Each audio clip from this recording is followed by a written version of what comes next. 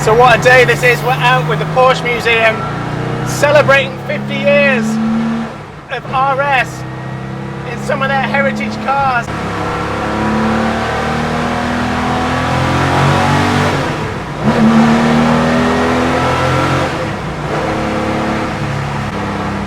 Now I am out in the 993 at the minute.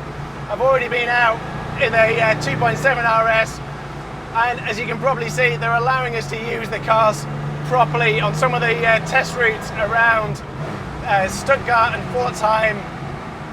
And yeah, so I'm in the 993 RS Clubsport, so it's not any old RS, it is the Clubsport version.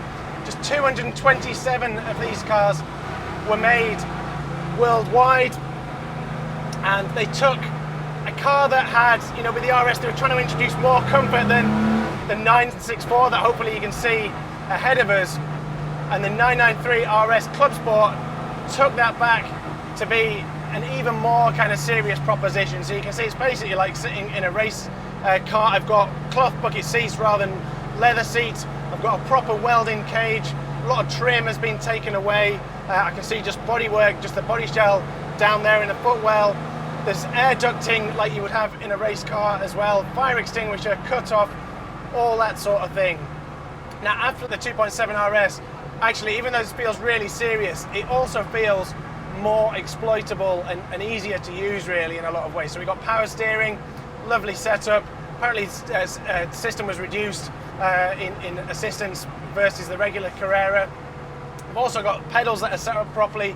2.7 RS has a very high brake pedal.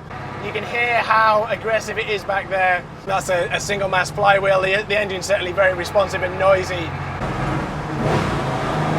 And yeah, this is the 3.8 version, so all the RS models had the 3.8. The 964 had stuck with the 3.6 litre capacity. This went bigger. Redline's actually 6.8, so it's lower than the 2.7 I was just in, which was marked at 7.2. And we've got the Vario RAM system for variable length inlet tracks as well. So very serious car, but very, very usable. Gear shift as well is just so much better than the 2.7 RS, so I feel a lot happier to exploit this car as well.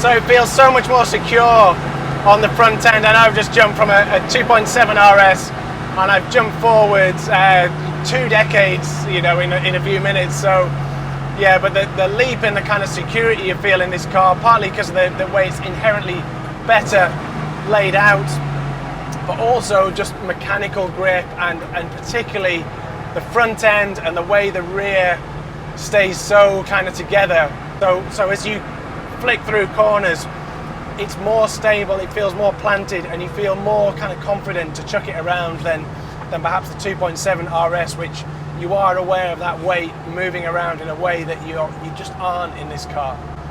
But saying that, you have got the rear kind of traction and all that's great about that, and the response of the front end as well.